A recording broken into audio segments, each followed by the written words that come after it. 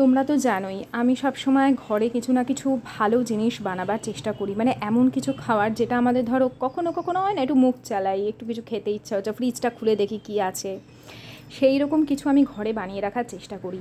ওই দেখো ওই সাইডে আমি ব্রাউনি বানিয়ে রেখেছি, ওটা প্রায় সময় আমি শুধু ব্রাউনি নয় নানান ধরনের কেক বানিয়ে রাখি বা ব্রেড বানিয়ে রাখি, যখন যার যেটা ইচ্ছা হয় খায়। আর এখানে আমি এনার্জি লাড্ডু, এর আগে এই রেসিপি কিন্তু আমি শেয়ার করেছি, এগুলো বানিয়ে রাখি যখন দেখি বাদাম টাদামগুলো অনেক দিন হয়ে যাচ্ছে, রয়ে গেছে। যেমন খেজুরের প্যাকেট একটা এনে রেখেছিলাম, এমনিতে আমার ঘরে কেউ খেজুর খেতে চায় না, তো এই ধরনের লাড্ডু বানিয়ে রাখলে সেটা মানুষে খুব তাড়াতাড়ি আর কি উড়িয়ে দেয়। আর এই যে রাত্রিবেলা বানিয়েছিলাম এই ব্রাউনি কাম চকলেট কেক, যাই বলো না কেন, এত টেস্টি হয়েছিল, এতটাই চকলেটই হয়েছিল।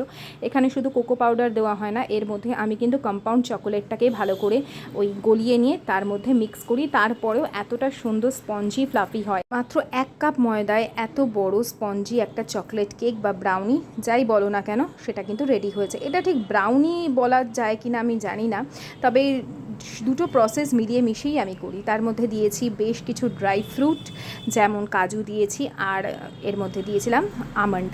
তো এই সমস্ত যা যা ঘরে থাকে তাই দিয়ে আমি টুকটাক বানিয়ে রাখি। আর ওই যে বললাম না ড্রাই ফ্রুট লাড্ডু আর কি, যেটা এর মধ্যে মাখানা দিয়েছি, আমি দিয়েছি সানফ্লাওয়ার সিডস, পামকিন সিডস, তিল, খেজুর, এই সমস্ত মাখানাটাকে গুঁড়ো করে দিয়েছিলাম।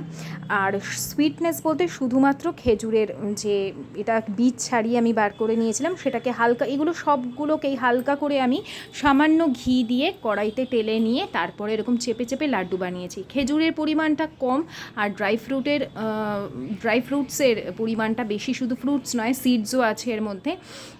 আর ছিল হচ্ছে তোমার ফ্লেক্সিড, চিয়া সিডটা দিইনি। রাতে এই ধরনের খাবারগুলো বানিয়ে আমি স্টোর করে রাখি। এরপর নেক্সট মর্নিং দেখা হচ্ছে তোমাদের সাথে। সোমবার আমার ভালোভাবে পুজো দেওয়া হয়ে গেছে, মহাদেবকে সুন্দর করে স্নান, আমি প্রত্যেক দিন যেরমভাবে স্নান করাই সারা বছর আমি সোমবারও কিন্তু সেমভাবেই পুজো করি বা সেমভাবেই মহাদেবকে স্নান করাই।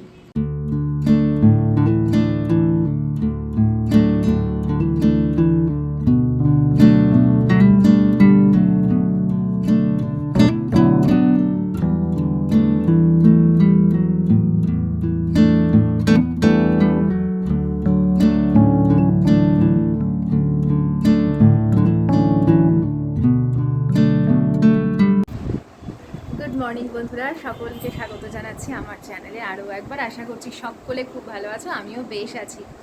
আজ হচ্ছে সোমবার, সকাল সকাল ব্লগ স্টার্ট, সকাল সকাল মানে কি বেলা হয়ে গেছে, 11:30 মতন বাজে। আমার ঘরের যাবতীয় কাজ শেষ করে আমি আজকের ব্লগটা শুরু করেছি, কারণ পুজো পাঠ করতে তো একটু সময় লাগে। আমাকে একজন বলেছিলে যেন আমি সোমবারের পুজোটা দেখাই, অ্যাকচুয়ালি এখন দেখাতে গেলে আমার পুজো করতে অনেকটা দেরি হয়ে যেত। আমি একদিন সময় নিয়ে একটু আরও তাড়াতাড়ি শুরু করতে হবে পুজোটা। মোটামুটি যদি আমি ধরো 8টা আয়ুষ্মান বেরিয়ে গেলাম, আমি যদি পুজোটা শুরু করে দিতে পারি 8টার সময়, তাহলে আমি শ্যুট করব।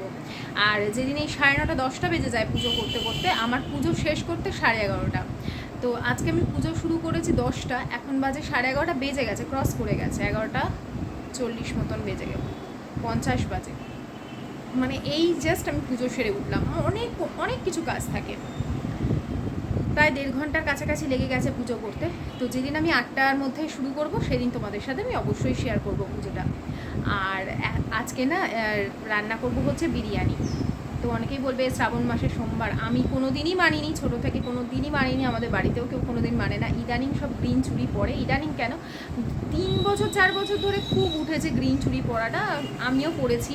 তখন একটা আলাদাই ক্রেজ ছিল 3-4 বছর আগে।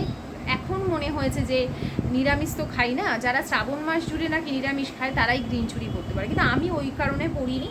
আমি বৃহস্পতিবার দিন দেখে পড়েছি, মানে গুড সাইন ফর যারা আমরা ম্যারিড ওম্যান, তো তাদের জন্য একটা গুড সাইন। তো সেই জন্যও আমি কিছুটা পড়েছি, মহাদেবের জন্যও পড়েছি, ভালোও লাগছে পড়তে। শ্রাবণ মাসে সবুজ চুড়ি পরবো, এটা আনন্দের বিষয়। আমাদের ভারতের মানে আমাদের বাঙালিদের কালচার না হোক, ভারতীয় কালচার, তো সেই জন্য। আর আমরা তো সবাই ভারতীয়, তাই না? আগে তো আমরা দেশবাসী, তারপর ভাষা নিয়ে বিভাজন।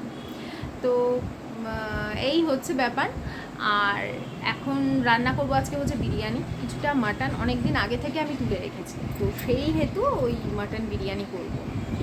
আর আজকে অনেকেই যাবে মহাদেবের মাথায় জল ঢালতে।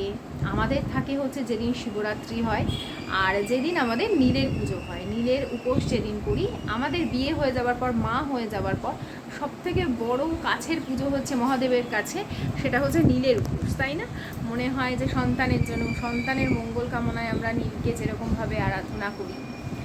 তো এই শ্রাবণ মাসে আবার ওই বাঙালিদের দেখেছি ঝুড়ি করে সবুজ চুড়ি, মানে শৃঙ্গার দেওয়া হয় বিবাহিত মেয়েদের, নানা ধরনের সাজের জিনিস, অনেক কিছু দেওয়া হয়, তার সাথেই সবুজ চুড়িটা থাকে, তখন পরতে হয়। দেখাতে গেলে বলবে, অনেকেই বলতে পারে তুমি নিরামিষ খাও না, তাহলে তো রোজই আমাকে তাহলে নিরামিষ খেতে হবে।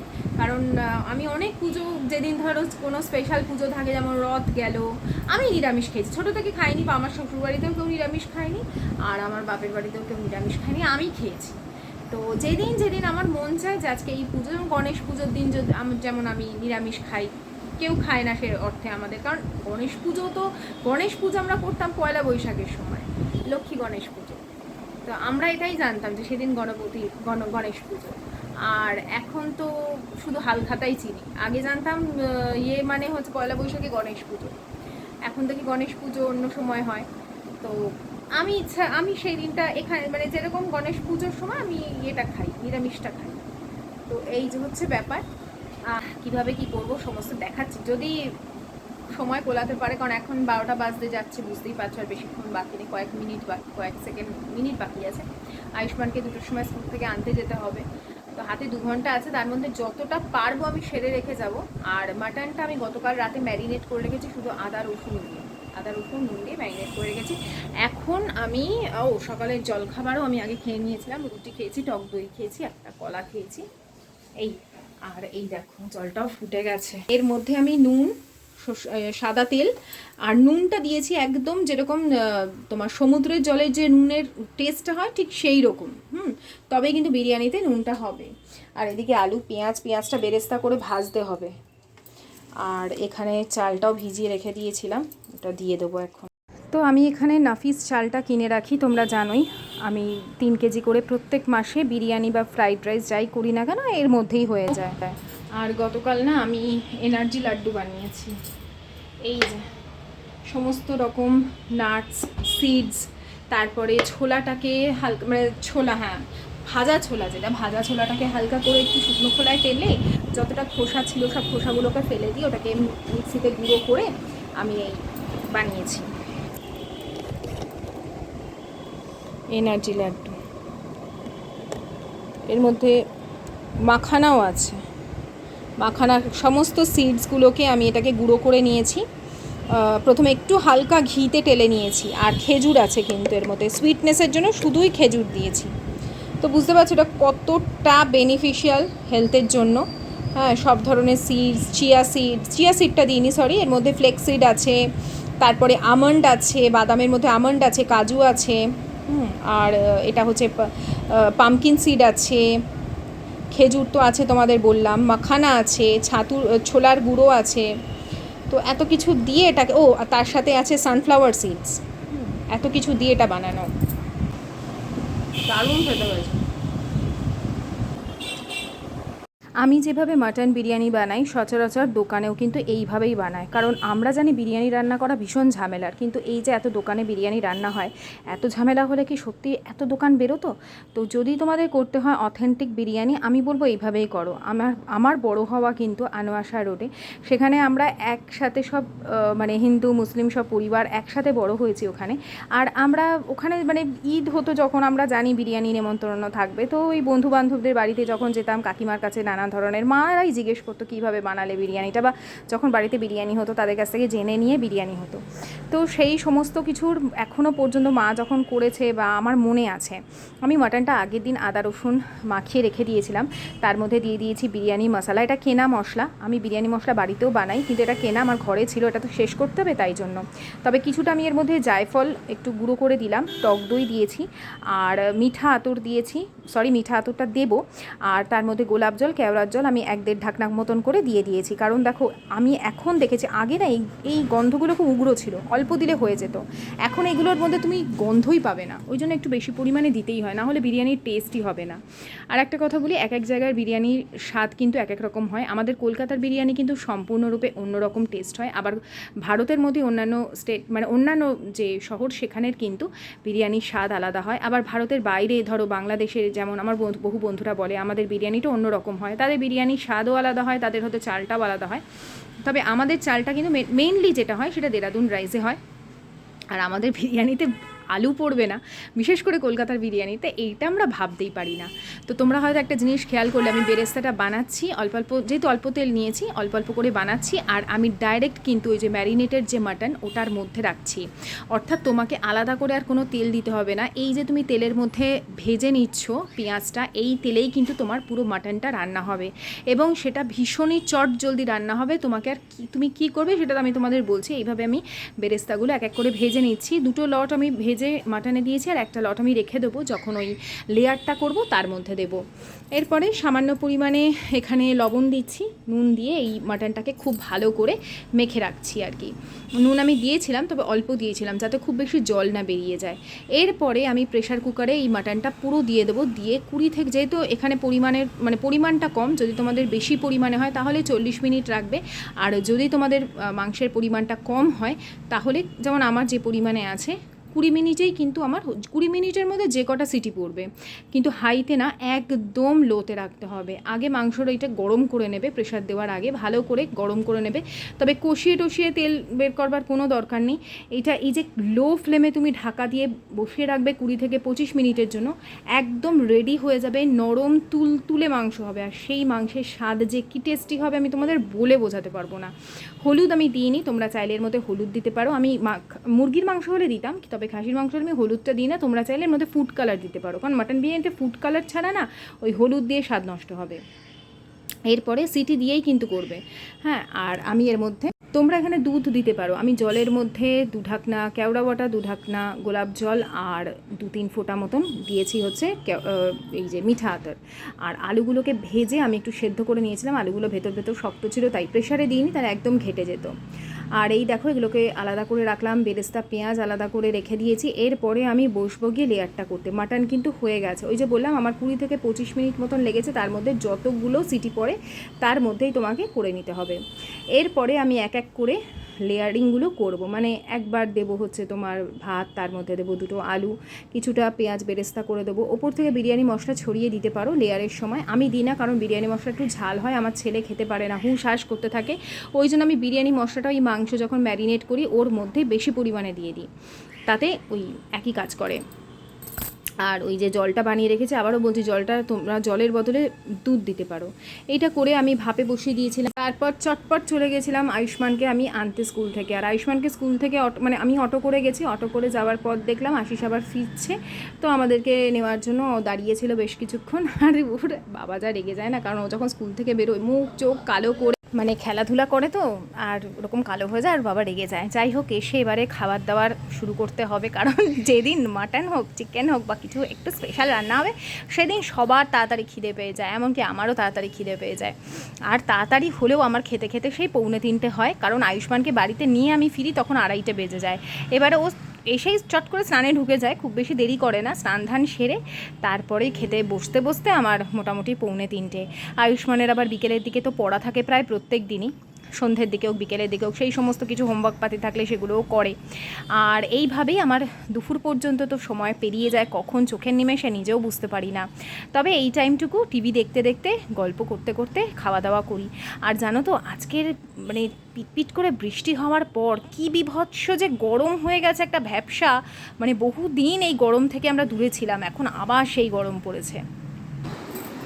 অনেকক্ষণ পর আবার দেখা হচ্ছে। এখন কটা বাজে বলো তো? এখন বাজে রাত্রি 8টা।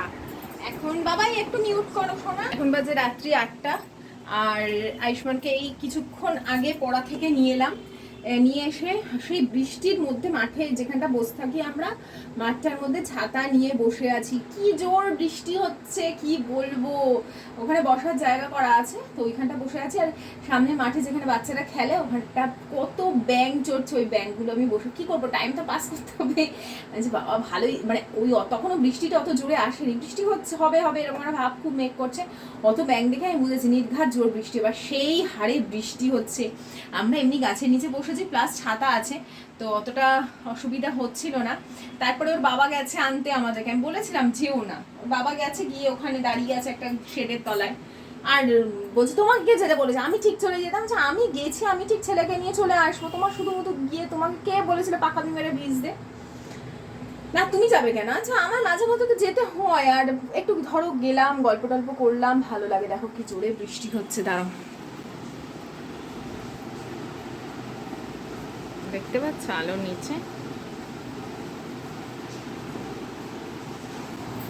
আয়ুষ্মানের বাবা গেছে, আয়ুষ্মান দুটো চশমা ভেঙে দিয়েছে, ওর দুটো চশমা আছে, ও তো প্রত্যেক বছর বছর পাওয়ার চেঞ্জ হয়, তা দুটো চশমা ওর একবারে করে রাখি, ছোট থেকে বড় হয়েছে কোনো দিন চশমা ভাঙেনি, এই বছরে ও এতবার চশমাটা ভাঙলো আমি তোমাদের কি বলবো। একবার খুলে পড়ে গেল, কাঁচ পড়ে বেরিয়ে গেল, আজকে আবার খেলতে গিয়ে পড়ে গেছে, পুরো হ্যান্ডেলটা ভেঙে গেছে আর একটা চশমার। তোর বাবা গেছে, এখন কি করবে, ভিজে ভিজে আসবে নাকি, আর ভিজলেই তো এখন শরীর খারাপ, ভিজলেই এখন প্রবলেম, জানি না কি করবে। যাই হোক, এই যে এসে একটু চা বসলাম, চাটা খেয়ে নিই, চা খেয়ে তারপরে যা যা এখন কাজকর্ম করা সেগুলো করব, যতটা পারবো শেয়ার করবো। আজকে ভীষণ আমার শরীরে লেথার্জি লাগছে, এক তো বিরিয়ানি বানিয়েছি, সেই একটা ছিল, এইসব রান্না বান্না করতে গেলে তোমার মাথার মধ্যে ঝামেলা, খুব একটা ঝামেলা রান্না না কিন্তু বিরিয়ানি বানানো, আমি যে প্রসেসে বানাই সেটা খুবই সহজ প্রসেস, কিন্তু তোমার মাথায় থাকবে, তুমি যতই ধরো আমাদের ভাতের সাথে তুমি যে কটা পদ বানাও তোমার কোনো অসুবিধা হবে না, কিন্তু তুমি যেই বিরিয়ানি ফ্রাইড রাইস এইসব করতে যাবে তোমার মাথার মধ্যে একটা ঝামেলা, যে কতক্ষণ লাগবে বাবা, এই এক ঝামেলার রান্না এইরকম। তো এই চলো দেখতে থাকো কি কি করি। আজকে তো রান্না নেই রাতে, কারণ বিরিয়ানি আছে, আর যা যা করবো কিছু কিছু বানানোর আছে সেগুলো আজকে বানিয়ে ফেলবো, মশলাপাতিগুলো বানানোই হচ্ছে না, সেগুলো করবো। বানাচ্ছো? তোমার বানাইনি তো কেন, এতক্ষণে খাওনি যখন আমার জন্য বানাবে না? কি অবস্থা দেখো নিচে, বানাও, জিজ্ঞেস করলাম চা খাবে বলে না, বানাও জলদি সে বানাও। কালকে আবার কচুর শাক খাবে, তার জন্য ছোলা টোলা নিয়ে, বাবা তুমি আগে যা, আমি ভিজিয়ে দেবো, চশমাটা আবার ভেঙে যাবে, চশমাটাকে দাও।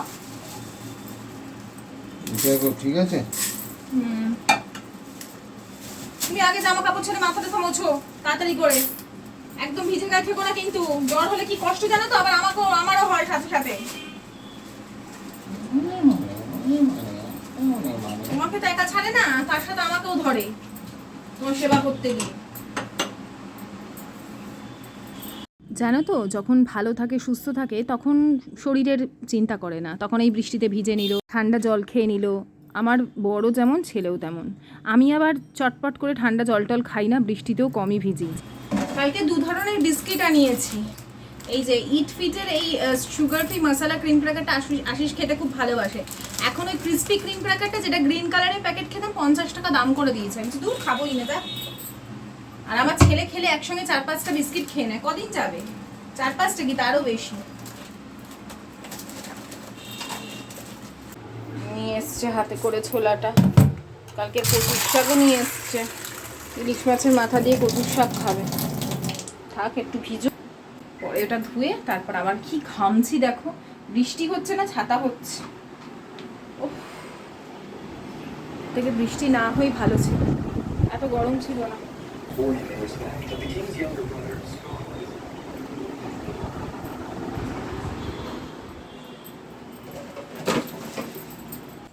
তোমরা তো জানোই আমি বিভিন্ন ধরনের মশলা ঘরে বানাই, গরম মশলা বানাই, তারপরে সবজি মশলা বানাই, সাউথ ইন্ডিয়ান মশলা বানাই।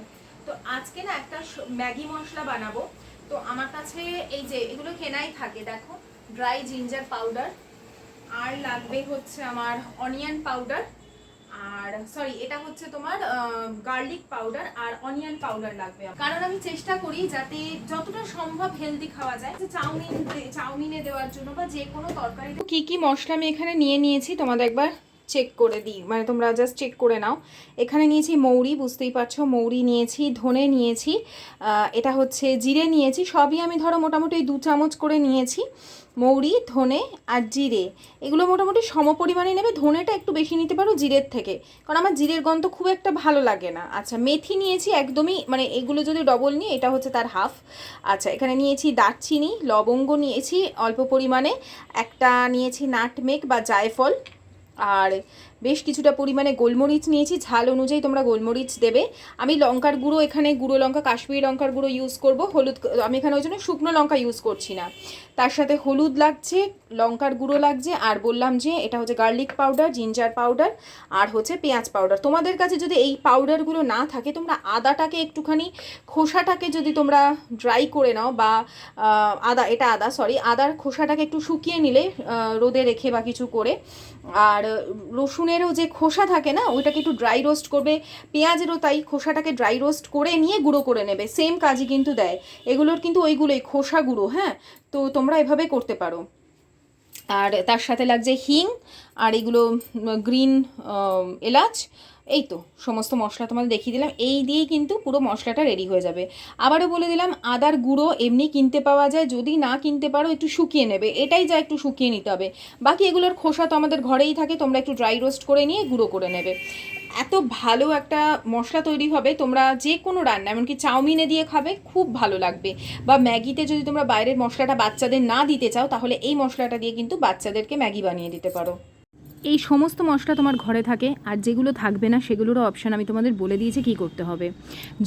অল্প করে হলেও একবার তোমরা বানাও, আমি বলছি বারে বারে তোমরা বানাবে। এখন এই যে গোটা মশলাগুলো ছিল, সেগুলোকে আমি শুকনো খোলায় ভালো করে তাওয়াটা গরম করে নিয়েছি। তারপরে এগুলোকে একটু মানে হালকা কিন্তু মচমচে করব, যেন কোনোভাবেই মশলাটা পুড়ে না যায়। গ্যাসটা অফ করে দেবে, দিয়ে বেশ কিছুক্ষণ নাড়াচাড়া করবে। আর এখানে আরেকটা জিনিস আমি বলতে ভুলে গেছিলাম, কাসুরি মেথিও কিন্তু অল্প পরিমাণে দিতে হবে। এখানে দিয়ে দিচ্ছি হিংটা মোটামুটি যা পরিমাণ থাকবে 1 চামচের একটু কম মতন হিংটা দেবে, হিঙের গন্ধটাই কিন্তু আসল গন্ধ।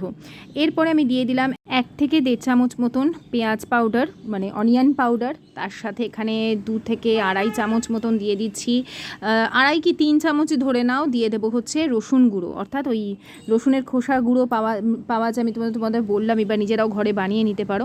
শুকনো কলায় টেলে নিয়ে গুঁড়ো করলেই ওটা হবে তোমার গার্লিক পাউডার। আর দিয়ে দিলাম 1.5 চামচ মতন আদা গুঁড়ো। এগুলো সব দোকানে এমনিও কিনতে পাবে, খুব বেশি কিন্তু দাম নয়, জানো তো। তোমরা যদি অনলাইন নাও, জোফ বলে একটা ব্র্যান্ড আছে, ওখান থেকেও নিতে পারো, খুব কমেই পেয়ে যাবে। আর এগুলো ফ্রিজে রেখে দিলে দীর্ঘদিন চলে। আর দিয়ে দিলাম কাসুরি মেথিটা, দিয়ে এখন বেশ কিছুক্ষণ শুকনো খোলায় টেলে নেব। হলুদ গুঁড়ো দিলাম, আর দিয়ে দিলাম লঙ্কার গুঁড়ো কালারের জন্য। নুন আর চিনিটা কিন্তু পরে অ্যাড করব। এরপরে এটাকে আমি বেশ কিছুক্ষণ ঠান্ডা হতে দেবো। এই সময় তোমরা বুঝতে পারবে যে কি সুন্দর একটা অদ্ভুত, যেরকম আমরা ম্যাগি বানালে গন্ধ বেরোয়, সেরকম গন্ধ বেরোচ্ছে। তবে ম্যাগি মশলা বানাতে গেলে তারা অনেক ধরনের ফ্লেভার দেয়, অনেক কিছু দেয়, একদম সেম টু সেম হয়তো সেই তোমরা অথেন্টিক যে ম্যাগির একটা টেস্ট, যে একটা মানে থিকনেস, ওরা ঠিক করবার জন্য বা ঘন করবার জন্য ওর মধ্যে একটা অন্য প্রোডাক্টও ইউজ করে। তোমরা গুগল করলে জানতে পারবে, এগুলো সব গুগল থেকেই পেয়ে যাবে। আমি গুগল থেকেই বিভিন্ন মশলাপাতি রেসিপি শিখি। সবাই তো আর আমার মতন এইসব নিয়ে এত পড়ে থাকে না, তো তাদের জন্য আমি এই রেসিপিগুলো শেয়ার করি। এরপর গুঁড়ো করে ঠান্ডা করে নিলাম, আমি বানিয়ে রাখি। তো তোমরাও এরকমভাবে মিক্সিতে চিনির গুঁড়ো করে রাখতে পারো, কাজে খুব সুবিধা হয়।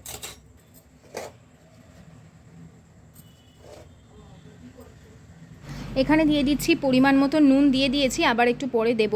আর তার সাথে দিয়ে দিলাম 1 চামচ মতন এই চিনি।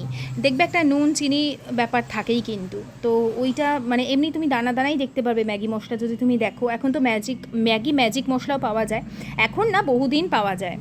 তো আমি বলবো এইভাবে তোমরা এই মশলাটা বানিয়ে ফ্রিজে এমনি নর্মাল স্টোর করো, নর্মাল কৌটোতেই রাখো, রান্নাঘরেই রাখো। এটা তোমরা ম্যাগি, বাচ্চাদের তো ম্যাগি মশলাটা দেওয়া ক্ষতিকর বলে, ম্যাগির যে চাউমিনটা আর কি, নুডলসটা, সেটা সেদ্ধ করে এই মশলাটা দিয়ে দাও। তোমরা নিজেরাই টেস্ট করে দেখবে,